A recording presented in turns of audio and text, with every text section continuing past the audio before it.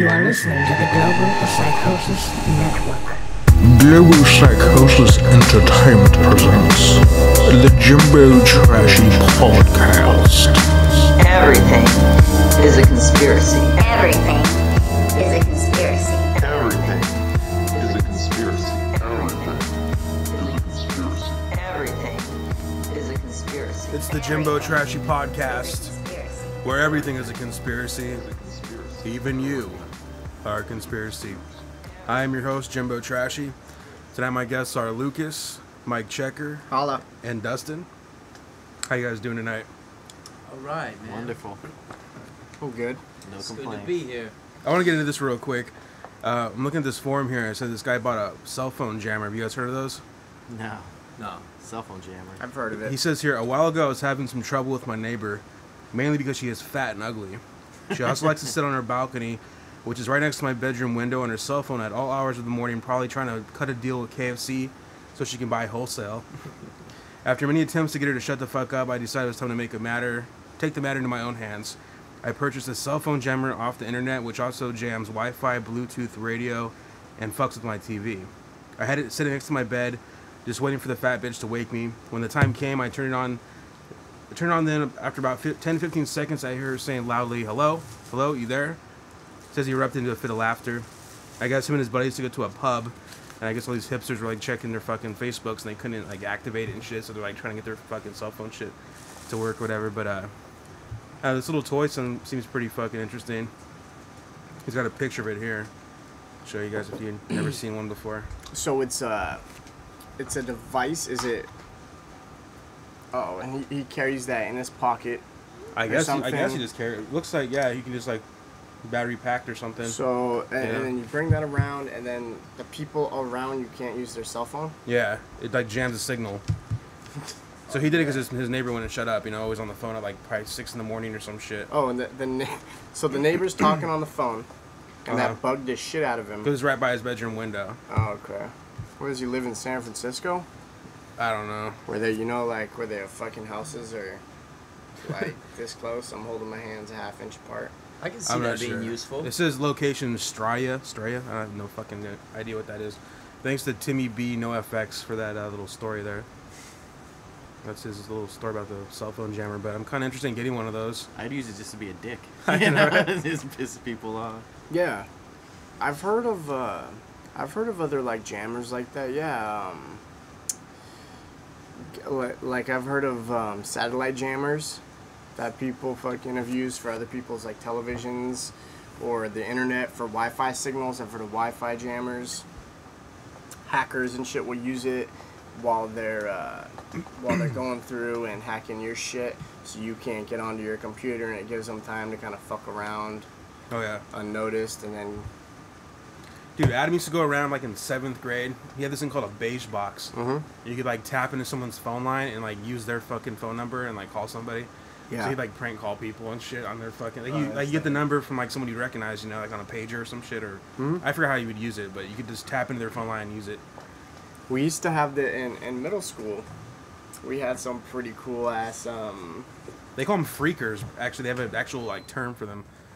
For those people, like it's like there's hackers that do computer shit, and then the freakers do the phone shit. With the phone shit, yeah. You know, I've heard of shit like that. We actually in middle school we had these programs. It would be programs, you know, that we would use, and it would be like, you know, you could call it hacking and hacker paraphernalia, but the kind of the scene was the Juarez scene, you know, and yeah. Right, and a lot. It was like that was a chat room, right? Well, no. Well, there was a Juarez chat room. What Juarez is pirated material, right?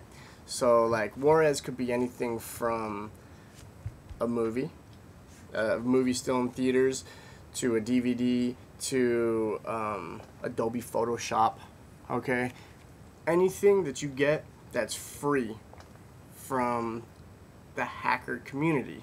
Okay, so it all goes back to that. But a funny little thing we would do is back in the day in middle school, we would still have the little small floppy disks, you know, little small squares. And you would put whatever you wanted on it. 3.5 megabytes or whatever it was. Yeah. And you know how the AOL discs would come in that? we would be able to deformat those discs, right? And then we could put some whatever we wanted on it. So we would like pass shit out to people at school, okay? And like what, I don't even know who it is, random people like, oh here, yeah. This is back in the day when no one had like internet and when people were just trying to get AOL was fucking cool as hell, you know? And so, you know, I'm saying AOL, but it could have been anything from like Juno email to all these cool different things that people just didn't have the know how to get, and we give it to them on a disc, and they'd go home for free, or did you sell it to them for free? Because what we would have on the disc is actually you could call different things like viruses and Trojan horses. You know, we could pass it out, and a Trojan horse is a keylogger in a sense, you know.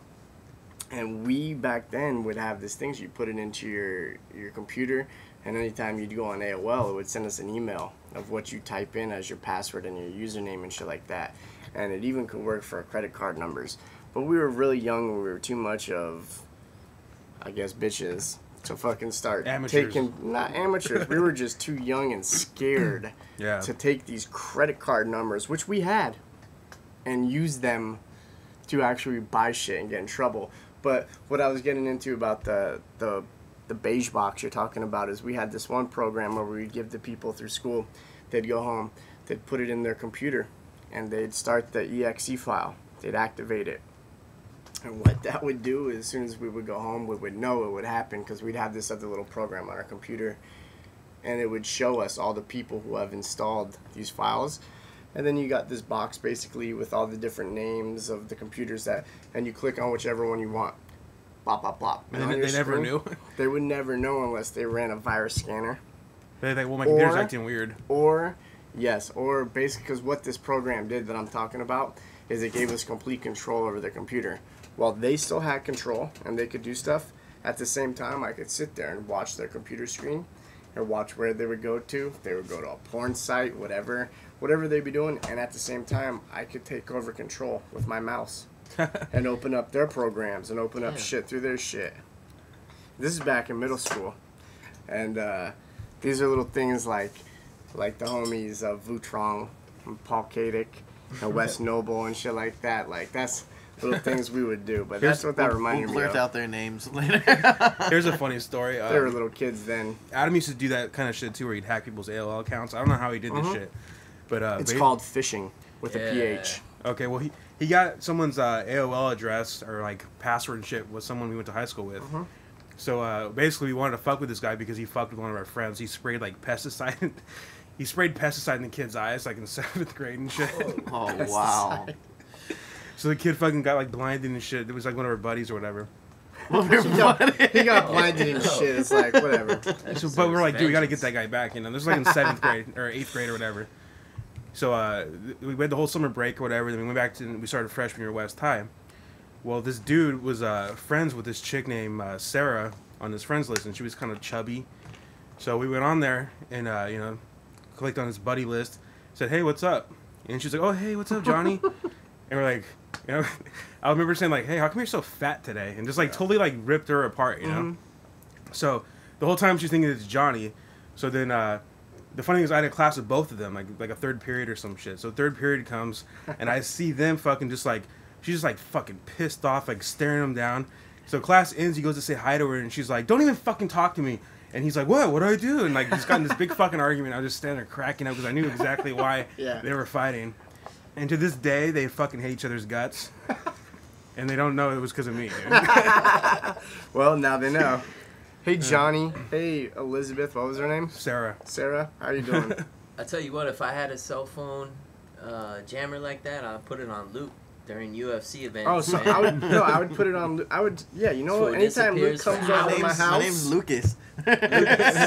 Whenever this fool comes over to my house, activate the jammer, man. That's it, and then fucking hit the Luke switch, dude. It's coming down. And then I get to have my friend back, fucking while he's at the house. Have my friend back. Hey, tell these guys what happened with Paranormal Activity 4 when we went in there. That little story that we had. Oh my god. All right. So we're in the fucking movie. James decides to go to the bathroom, like right before the movie started. Yeah. As he walks out, the fucking movie theater. The movie starts. You know, there's no intro or anything because it's Paranormal Activity 4, you know? So the scene starts with, like, when the mom's playing with her daughter or her son, and there's like a little creepy flash in the background, and then the screen goes blank, you know?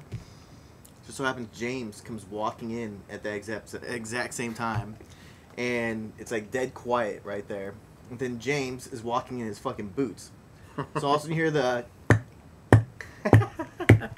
And he's like leering over to the right, looking up at us, you know? And he looks like fucking the creepiest motherfucker you can imagine, you know? And I'm just like, what the fuck? I'm like, what the fuck? Is this guy fucking part of the movie or 3D what? effects and are shit, crazy you know? these days. I pretty much said what everyone was thinking in the movie theater, and everyone just starts cracking up and shit, you know? Because he's just leering right at us, you know?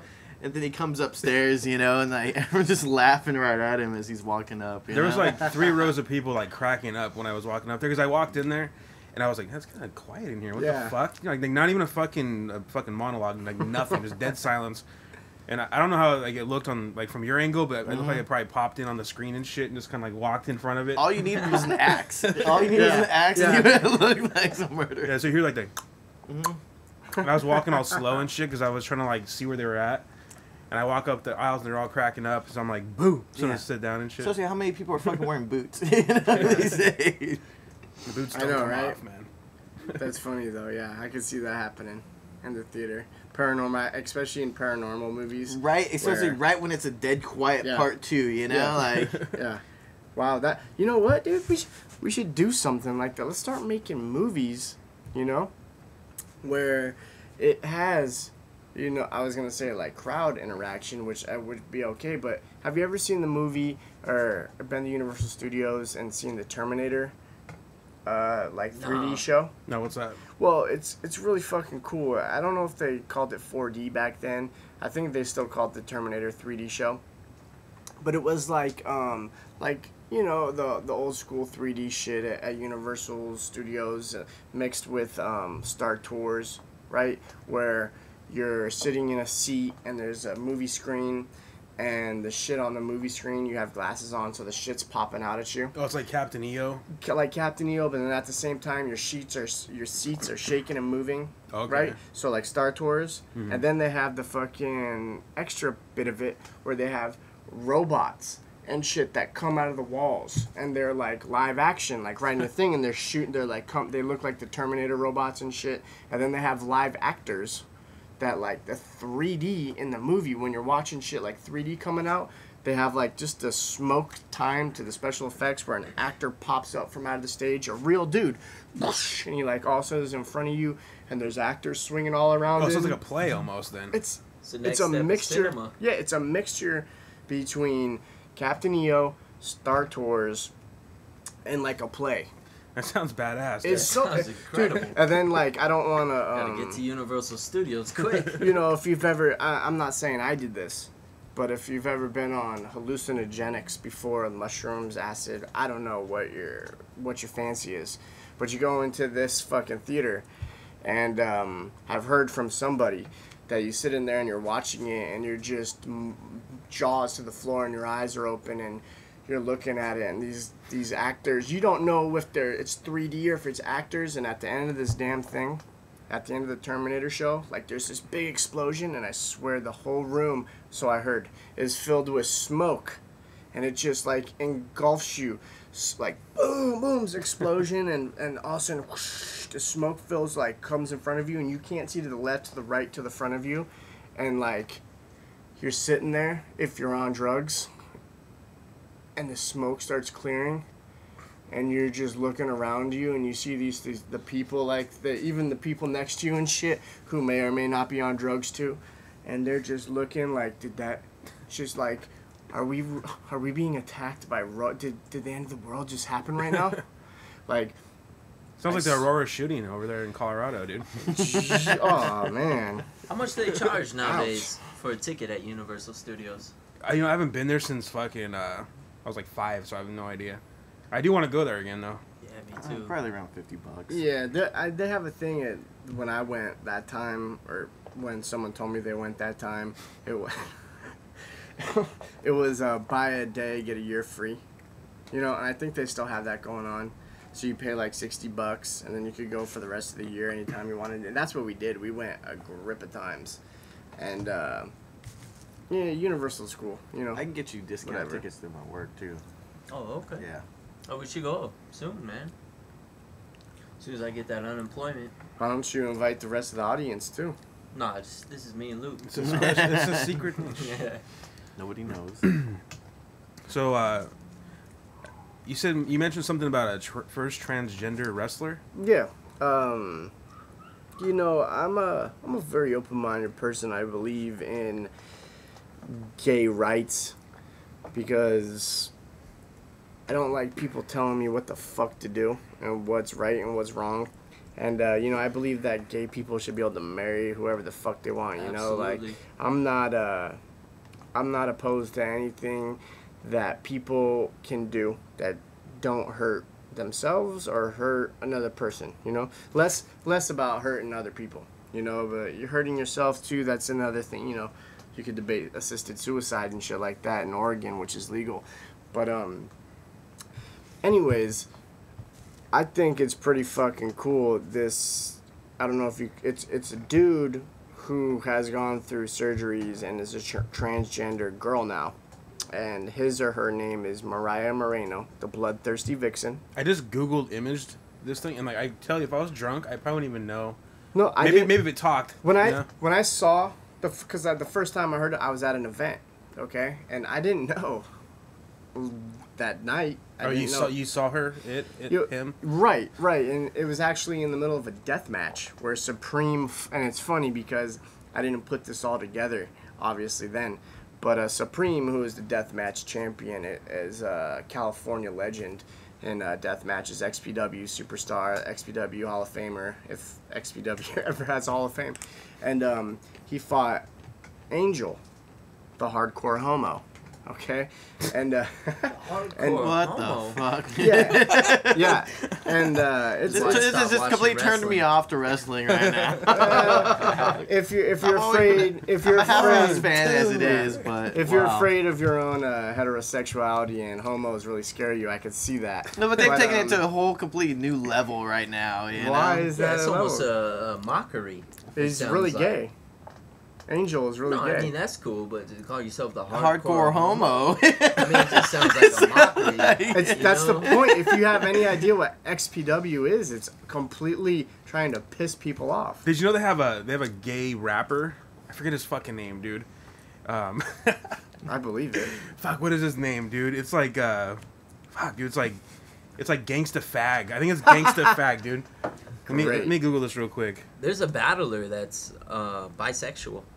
And he came out in a battle. And Okay, yeah, it's said Gangsta Fag, dude. Gangsta fag. This guy, he's like a pretty solid looking dude, you know? Yeah. And he wears like a mask or some shit, and he's gay, dude. Does one of he his wear a songs. mask because he doesn't want people to know who he is and that he's gay? Is that why? What is that ad? Hold on. You know, I have no idea. The only reason why I know about him is because he used to fucking, like, Joe Rogan mentioned him. You know what? I like that. This guy. It's called He Wants It. What, is that supposed to be like some type of That's him. dildo in his hand or what? Oh, it's a bat. It's a bat? He talks about he's gonna whip your ass if you don't let him fuck him and shit. You know what? I believe in music, you gotta be real. Not that I would probably listen to this,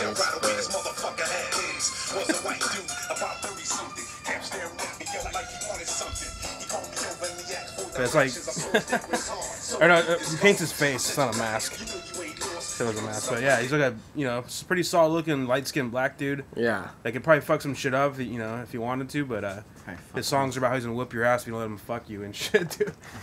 But anyways, back to this transgender. Oh yeah. So anyways, the first time I seen it, like I said, it goes together. I guess the hardcore homo and the transgender fucking bloodthirsty vixen, Mariah Moreno. They're not necessarily a team, but she came out like by his side, and this guy or this girl gets hardcore. She did a balcony dive. The transgender? Yeah, balcony dive through a fucking table filled with barbed wire and light bulbs on There's a Supreme. picture of her. And Of him. Pretty convincing, right? I No mean, doubt. yeah.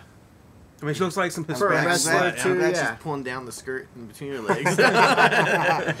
And, Don't look there. and see, I was tripping out throughout the match because of her involvement. Supreme got her involved, and Supreme started fucking her up. And he did some because the ropes were all barbed wire too.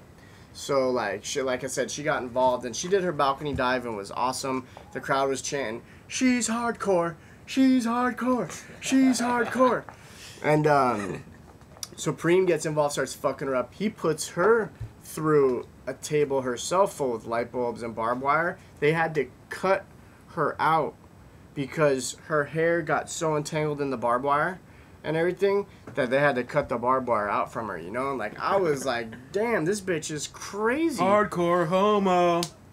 They do have that chant in XPW. Do they? That is definitely a chant, the hardcore homo. And I gotta Google this dude now. This is fucking hilarious. yeah, Google Angel, the hardcore homo. He's actually got great death matches. He's fought Supreme and the Messiah. Oh, this guy is very and sweet, Joey dude. Chaos a lot. This And, guy looks like he like. Is he really gay?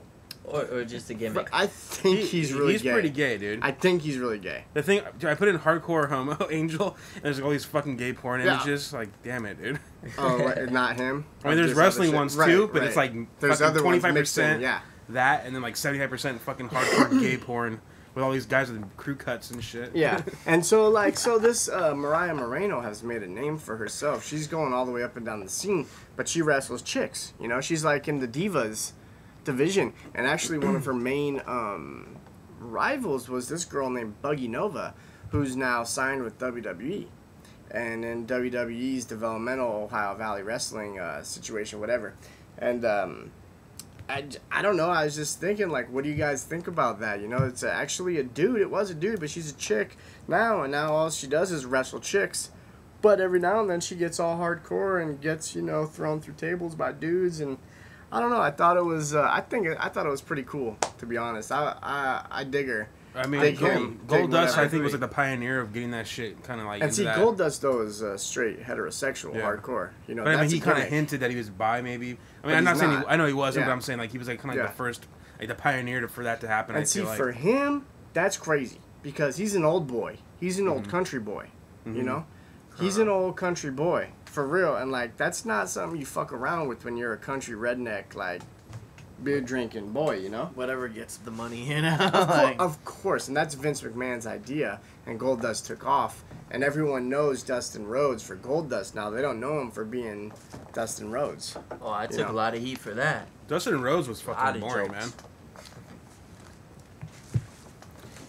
Okay, so there's this thing called Behind the Veil. I guess it's never before seen footage of a secret Mormon ritual. I guess these people that are like hardcore Mormons that wanted to still practice polygamy had to do this shit. Let me find this video real quick. It's over here somewhere. You guys are like super quiet right now. Hold on, If I wasn't getting blown up by my girlfriend, I would be enjoying this podcast a lot more. That's why when you do a podcast, you put your phone down and you tell your girlfriend, I'm busy. Hey, get that cell phone jammer right now. Yeah, right now. Hold on, let me Are you kidding activate it. Did he just use that as an excuse on air? Put that thing in your pocket. He should have said my client. If you're not looking at It's the a little internet, cooler, you know. Okay, it's like 7 minutes long. I'm not gonna play the whole thing, but the shit's kind of creepy. Basically, they have to walk up to a curtain and shake this guy's hand 3 times, and then they walk through the veil, and supposedly they meet God. And that's what these people believe. this is a Mormon thing. It's a secret Mormon ritual. Like no one's supposed to know about this shit, Okay. but somehow they got a camera snuck in there. Has it lain? It has. Will you give it to me? I will through the veil. My priest. He's like shaking his hand and shit. Through a curtain. This is all. You can't see the other person's face. No, they're not allowed to see who it is. They basically go up there. This guy's some sort of like high-up member in the Mormon religion, and these people that are like becoming like I guess like Christianed or something, Christened, whatever the fuck you call it. They have to go up there, shake the guy's hand 3 times. They have to say some fucking ritual type fucking speech, and then after the 3rd time of shaking his hand, he can walk through. So right here, he smuggled in the camera. I don't know how he has it on him and he can film the shit, but I like this guy. this is him filming the hand here. This is cool. The second token of the Melchizedek priesthood, the patriarchal grip or sure sign of the nail. It has. I have not yet received it. But the main reason why I was showing you guys this boring ass video is not so much what's going on, but just like the whole thought of these fucking Mormons. Not just Mormons, but just like fucking the crazy rituals that these fucking politicians do. Because, you know, Romney's a fucking, he's a Mormon. Romney's a Mormon? Yeah. Yeah.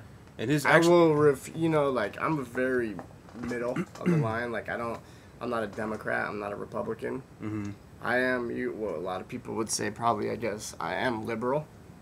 But I don't like to label myself as that.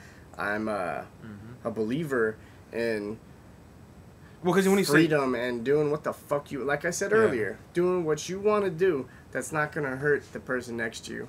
Well, see, I think people, typically yourself. The thing with being called liberal is like they think that you don't want someone to fucking be punished for crimes and shit, you know? Yeah, I know. That's what I'm saying. Like, I have liberal tendencies. I don't. Yeah. You can't put me in the same category. I don't like putting in any of those categories. Yeah. You know. So, but Well, the thing is about Mitt Romney, I guess his family, they were hardcore like polygamists and shit. So they went to Mexico. So he's got family in Mexico, and one of his platforms is that he wants to get the whole fucking Mexican cartel shit cleaned up over there.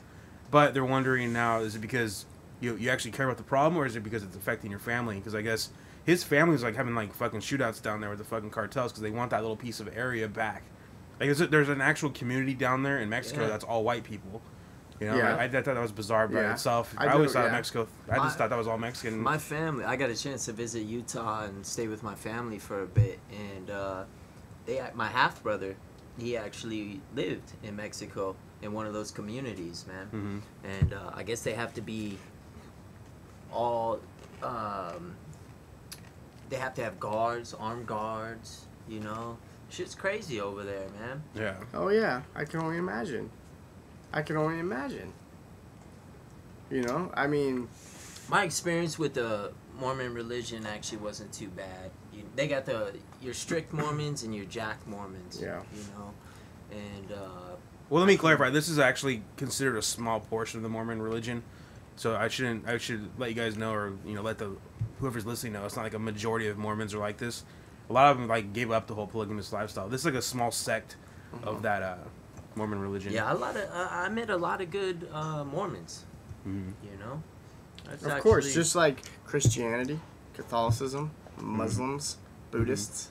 Okay. You got extremists. You got radicals. Exactly.